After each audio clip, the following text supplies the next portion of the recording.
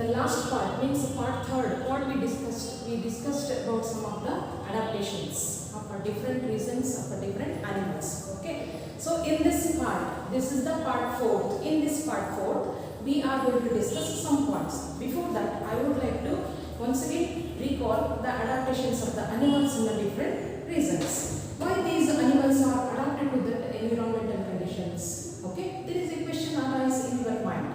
Okay, for that there is a major reason. What is that? In that habit adaptation, along with the adaptation, the abiotic factors, they plays an important role in the organisms. Okay, so to prove that abiotic factor plays a vital role in the development of an organisms, we have conducted an experiment.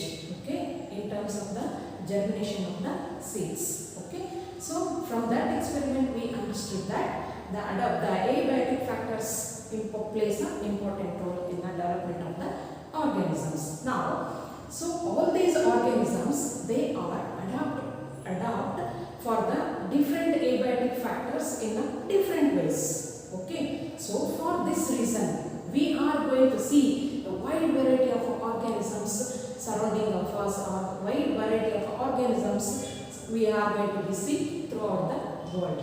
Okay, so let us see what are all these organisms. Okay, that is, first one is a journey through different habitats. Okay, a journey through different habitats. Among that, we already knew that the terrestrial habitat and the aquatic habitat of the two types. But in this session, we are going to deeply discuss about the terrestrial habitat by considering some of the three areas. Okay, so what is the first one? Is deserts. Okay, so in this desert, already you are very familiar with the desert animal, that is the sheep of the desert, that is the camel. Okay, this is about the camels. Next, some of the plants were living in the desert areas. For example, a cactus. Okay, so in this session we are going to study the desert lands, purely the desert lands, which are the animals live there and which are the plants live there, and what are the specific features of those animals and as well as the plants. Let us see one by one. Okay, so yes, I am going to be consider the two animals. Okay, those two animals you are familiar already. Okay, what are those? What are the two animals? Okay, this is the rat and this is the snake. Okay, these two animals, they are living in the desert areas, right? Okay, so what are the features? What are the features adapt the animals for that particular environment? This is a question arising in your mind. Okay, so my dear children, look at the picture, the rat and the snake. Okay, these two animals, they don't have a long legs.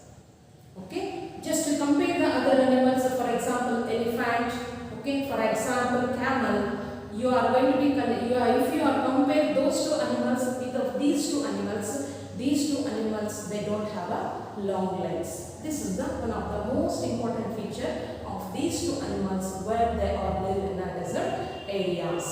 What is the second point? These two animals, they are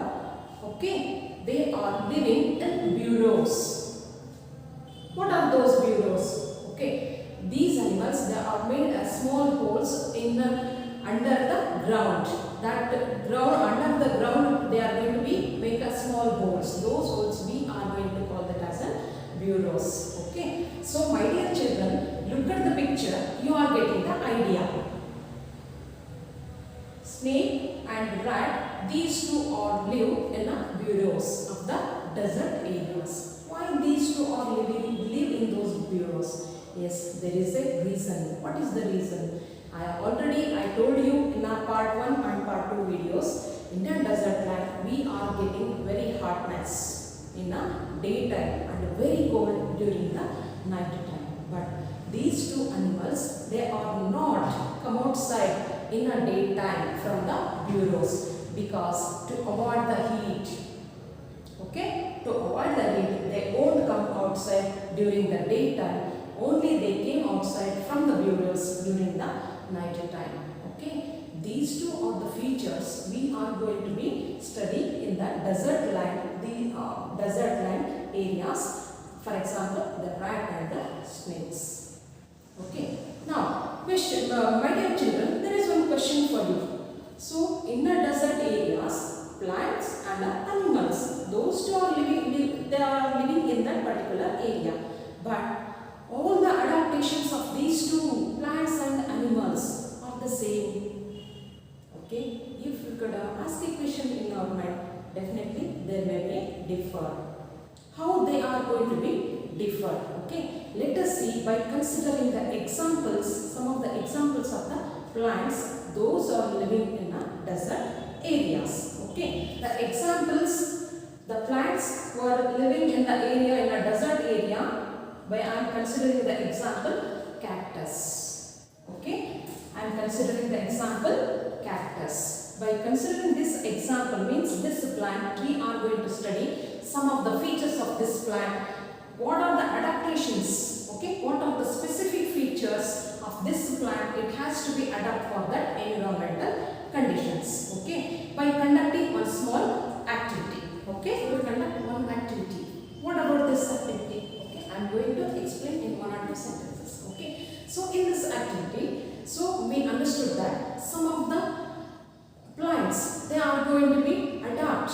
They are going to lead their life very easily for that particular conditions. Okay. How these plants are going to be lead their life very easily. Okay. To prove that, we have to conduct a small experiment or one of the activity. What is that activity? Okay. Before going to that, I would like to introduce the picture. Okay. Dear children, please look at the board. This is the cactus plant.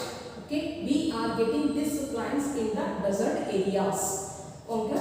This is the common plant we are getting surrounding of us. Okay. So what is the difference we can identify in these two plants? In these two plants, we are going to identify the leaves, stem and as well as the roots. Okay. In a common plant, these are the roots, this is the stem and these are the leaves. Okay. In a common plant, this is the root, these are the roots, this is the stem and this is the leaf. Okay. These are the three parts in this plant. In the same way, cactus also it's having a stem, roots and also the leaf. Okay. Fine. So before we have to conduct activity, how we are going to conduct activity? Observe carefully. Okay. Dear children, you have to bring the classroom these two parts, potted plants. Okay. One is the common plant and another one is cactus plant. Okay. So this is the first step. What is the second step?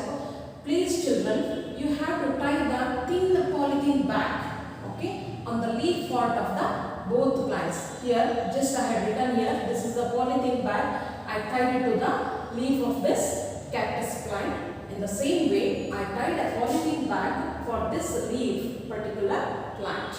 Okay, so you have to preserve or you have to keep these two plants, okay, wherever you are getting a sun rays until 3 to 4 hours, right?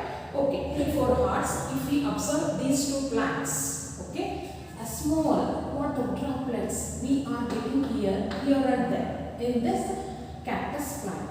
But in this common plant, okay, the water droplets they are more.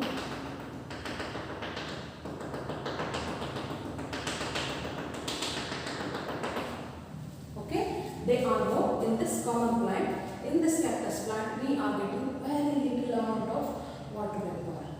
What is this? Yes, my dear children, there may be the one of the most important process that can be held in a plant bodies. What is that? Okay, the name of that process is transpiration.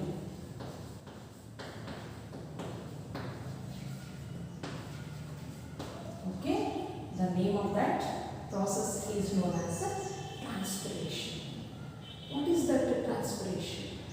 Okay, let me say transpiration means okay the loss of water from the leaves in the form of vapors. Once again I am going to repeat, my dear children.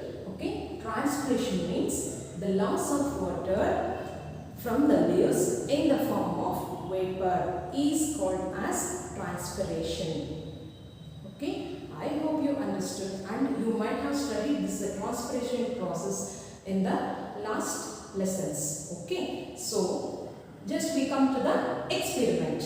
So in these two plants also this transpiration process has been held.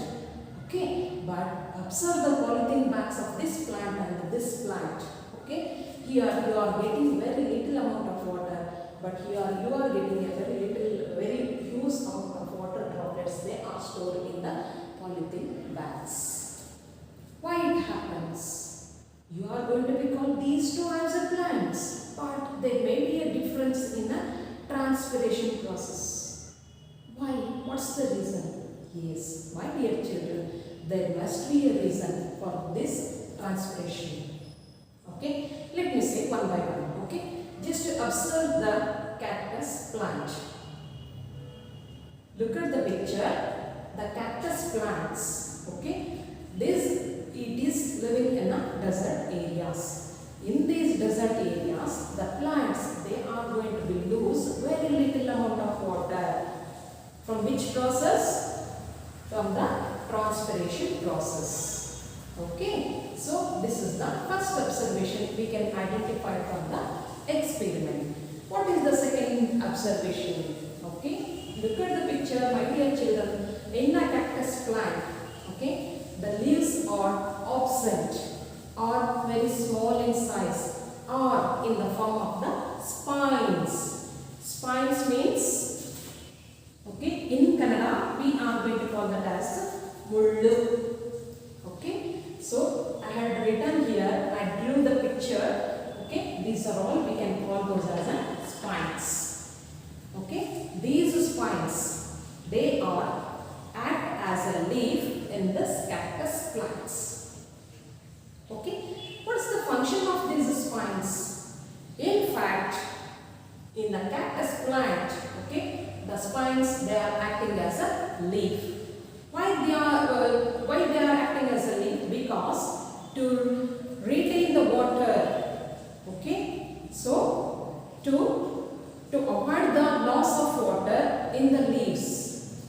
Okay, in the process of the transpiration, they are going to be act as a leaf in this process.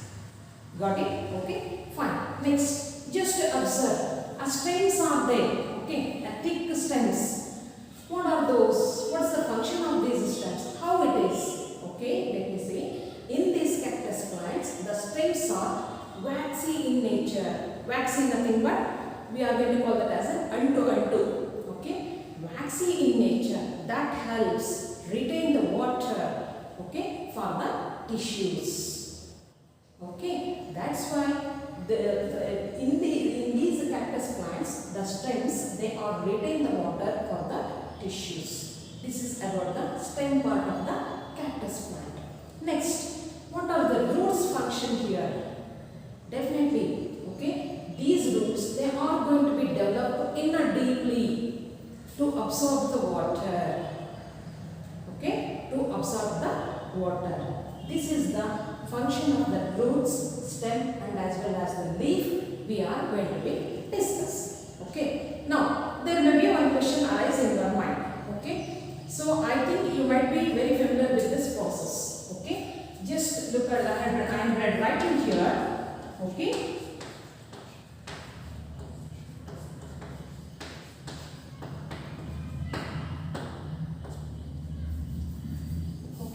what is this, my dear children? Photosynthesis. What is this? Okay, my dear children, look at the word photosynthesis. Photo nothing but light. Okay, synthesis nothing but a process.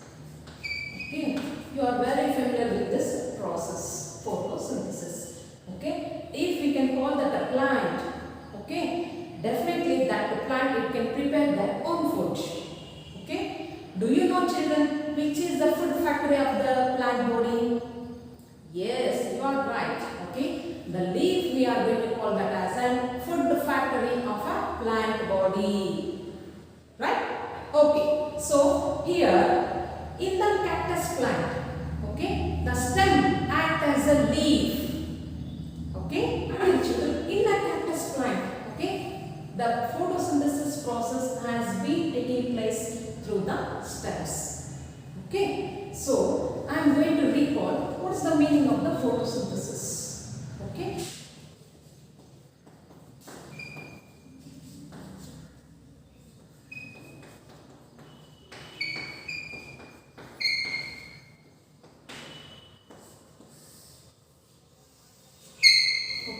Dear children, please look at the board. I had written one equation. Okay, this equation we can call that as a chemical equation. Okay, here two compounds are there. Okay, two components, carbon dioxide and oxygen. Okay, in presence of sunlight.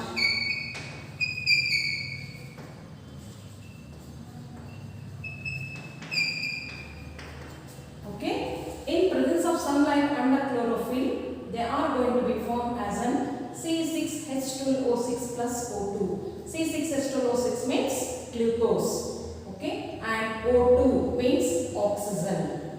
Okay, this is the process which has been taking place at the time of the photosynthesis in a plant bodies. Okay, so my dear children, for the sake of your interest, I am going to say what we can call for these two. Before the action, some compounds or some elements, they are going to be mixed together. What we can call those two? We can call those two as a reactants. What we can call? Reactants. Okay. After the action means combining of the two elements, after some time, what happens? They are going to give a new product. Okay. They are going to give a new product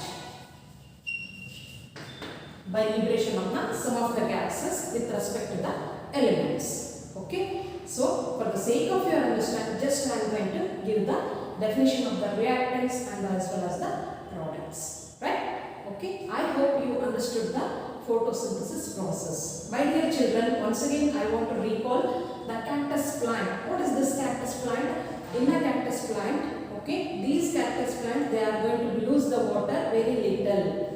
Okay, this is the first point. Second point, in a cactus plant, okay, the stem is acting as a leaf. Okay, it plays a role of a leaf, and that stem, it plays a role of a leaf. This is the second point. Third point, what happens? The roots, they are going to be developed in a underground very deeply to absorb the water. Okay, so these are all the specific features we can identify in a cactus plant. So from these specific features, this cactus plant, it can be adjusted for that adaptations, okay, for that environmental conditions, and it can be live easily, it can be lead a life very easily because already it has adjusted to that abiotic factors also. Okay, of that I completed the specific features of the plants and as well as the specific features of the animals, those who are living in the desert areas. Right? So this, I hope you understood this. Okay. Next, let me continue. What is the third point? Okay, what is this? Mountain region.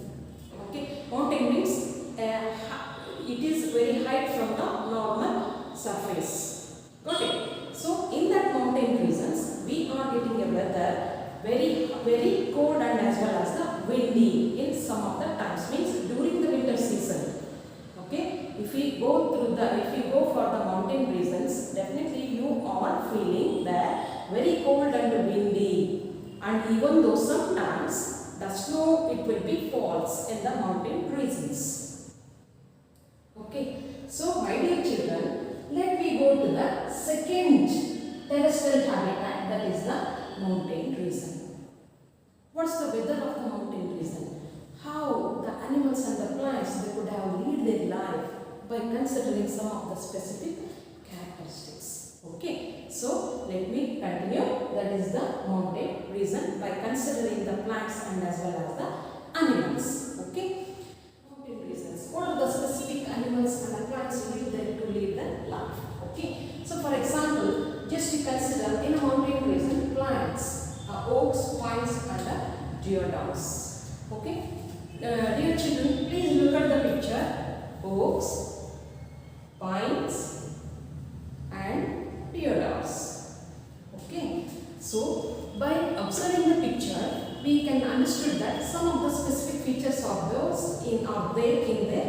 plants. What are those? Okay, first one, the branches of these trees, they are very slow.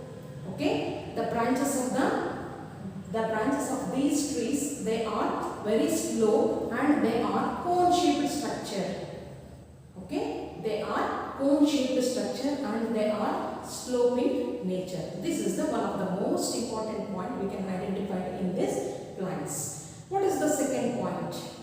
Second point, if just to observe the picture of the oak, pines and the deodaras, you are getting the leaves, they are in a needle-like structure.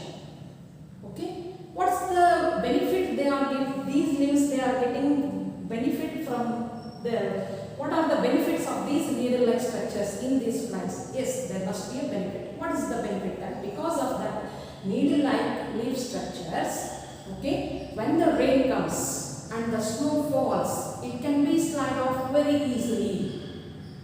Okay, when the heavy rain comes in those areas and at that in the winter season we are getting a very snowfall there. Okay, that is snow, if it falls on those leaves, immediately it can be slide off very easily. Okay, this is the most benefit from that leaves for these plants, that is the oaks, pines and the deodars. Okay, so my dear children, just observe the specific features of these three trees or these three plants. Just think in your mind, all the animals, means all the organisms or the plants, are they prevail the adaptations to lead their life? Yes, definitely. All those plants, they are going to be adapted already for the abiotic factors which are going to be available there and they are leading their life very naturally. Okay, this is the point I want to say. Next, we are going to be consider the examples of the animals.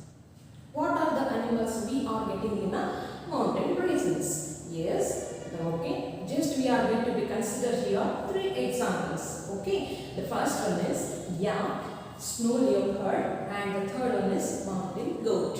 Okay, so let me say what are the specific features of these animals to lead the life naturally in those areas. First, we can consider yak. My dear children, please look at the picture yak.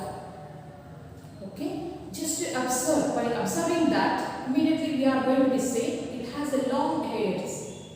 Okay, okay, thick fur.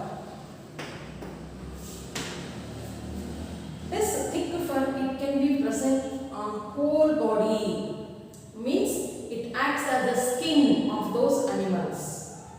Okay, what is the benefit from this thick fur for those animals? Definitely, because of this thick fur, it present on whole body, it can protect from the cold, heavy cold during the winter season. Whenever the snow falls at that time also, it gives a warm feel. Okay, it gives a warm feel for the animals. This is the one of the best thick fur, a specific feature we can identify in this animal. Okay, that is the example of the yak. It has a long hairs. Okay, next we are going to do the second one. What is this? Snow leopard. Okay, this animal, it's having a thick fur on whole body. Okay, until to the eggs, until to the legs, it can be covered. What is the function? A same function. Because of this thick fur, it gives the protection for the whole body. When the animals, they are suffering from a cold, it gives a hotness or it feels a warmness for the animals. Okay, this is the main function of the thick fur. It is present on the snow leopard. Right? Okay, next one. The third one is the mountain goat. Children, please look at the picture. The mountain goat. Okay, this mountain goat, it's having a strong hooves. Okay, strong hooves. H-O-O-V-E-S. Okay, a strong hooves present downside of the leg. What's the function of this hooves? Okay, it functions as an a safety purpose. It gives the protection for the leg. How it gives? So when this mountain goat, it can walk in a mountain rocks. Okay, at that time immediately this, because of this force, it doesn't get any pain for the legs. Okay, in Kannada we can call that as a gorasu ಅಂತ ಹೇಳ್ಬಿಟ್ಟು ಕರೀತೀವಿ. Okay, hooves we are going to call in Kannada as a gorasu. So these strong hooves we can observe in the mountain goats when they are going to be climbing the mountain rocks. At that time it gives a protection for the legs, right? Okay, these are the three main features we can identify in the animals: yak, snow leopard and mountain goat. Okay, so from this point just we finished that. What are the specific features of the plants and animals? Those are present in the mountain regions. By considering the examples, for example, plants, oaks, pines and deodars, animals, yak, snow leopard and a mountain goat. Right? I hope you understood, children. Okay, let me continue. What is the third part? That is the grassland. I consider the third example for the terrestrial habitat, that is the grassland. What are the animals and the plants? They are live there. Okay, just we can consider some of the examples. Okay, just now we discussed about the deserts and as well as the mountain regions. What are the plants and animals live there? Okay, so let me continue.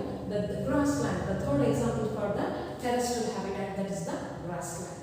Okay, you are very familiar with the grassland. You might have seen many grasslands are surrounding of you.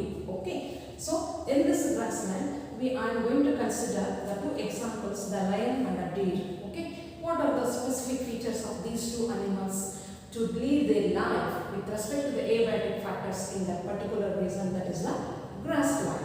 Okay, so let me say the first example is lion. Okay, children, you are very familiar or you are going to be scared for this animal. Okay, children, which is the king of a forest? Okay, lion is the king of a forest, right? Okay, so just to observe the picture of the lion. So what are the specific features in this lion? Okay, let me say the first one is, what is the color of the lion? It is purely a brown in color. Okay, lion or a brown in color. This is the first point. Second point, dear children, just you observe the picture. The eyes are present in front of the face. Okay, the eyes are present in front of the face of the lion. Okay, this is the second feature of the lion. What is the third feature? Okay, the third feature is, because of the brown color of the lion, okay, it may hide in a dry grassland. Means dry grassland means that is also in the color of the brown. The lion color also brown. Okay, so at that time, okay, so because of the brown color of the lion, it can be hide in the dry grassland. When it hiding, okay, when it is waiting for the prey, when it is start to hunting for the prey. Okay, at that time the brown color of the lion, it can be useful very powerfully. Okay, this is the third feature. What is the fourth feature? Okay, lion have a claws. Okay, my dear children, please look at the picture. This is the claw which is present in the front legs of the lion. Okay, this is the fourth feature. What is the fifth feature? What is the use of the eyes present in front? Because of that eyes are present in the front, this lion, it can identify the location very easily and very sharply. Okay, so these are all the specific features of the lion. Okay, my dear children, once again I want to recall the specific features. First, the lion is in brown color. Okay, and the second one is the claw are present in the front legs. Okay, because of the brown color, the lion is hide in the dry grassland, okay, at the time of the hunting for the prey. This is the third feature. What is the last feature? Okay, it have a front eyes, because from that front eyes it can identify the location very easily and perfectly. This is the fourth features of the lion. Okay, so moreover it has, okay, powerful roaring. Okay, please just to listen the roaring of a lion, children. Okay, don't be scared, children.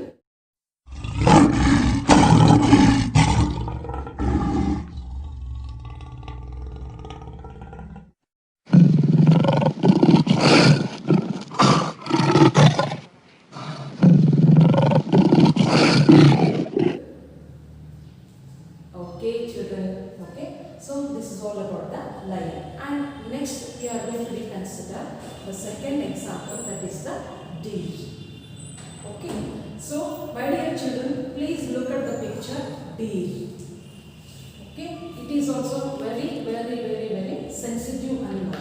This is the deer. Okay, just to observe the picture of the deer. Just to, what is the position of the eyes in the deer? Yes, definitely. The position of the eyes in the deer is in a sideways. What is the help from this eyes? Yes, definitely. From that position of the eyes in a sideways of the face, it helps the deer to look around all, to look in all the directions. Okay, this is the one of the best use of the eyes which are present at the side of the face in a deer. Okay, this is the first feature. Second feature, what it is having? It's having a very short claws and it chews very easily. Okay, it is having a strong teeth to chew very easily the animals. This is the second feature of the deer. What is the third feature? Yes, I am going to say the third feature is a deer is having a long ears. Why it is having a long ears? To hear the movement of the prey. So when it goes outside, that helps for the deer because of the presence of the long ear. Okay, this is the third point. What is the fourth point? You might have you can observe very many times you are observed in most of the pictures. Okay, when the deer starts to run, definitely you are not ready to run along with the deer. Means the deer's running is very fast. For that reason only, okay, it can run away very easily from the predators. Okay, it can run away very easily from the predators. Got it? So this is all about the deer. My dear children, so I have told you the specific features of the lion and the deer.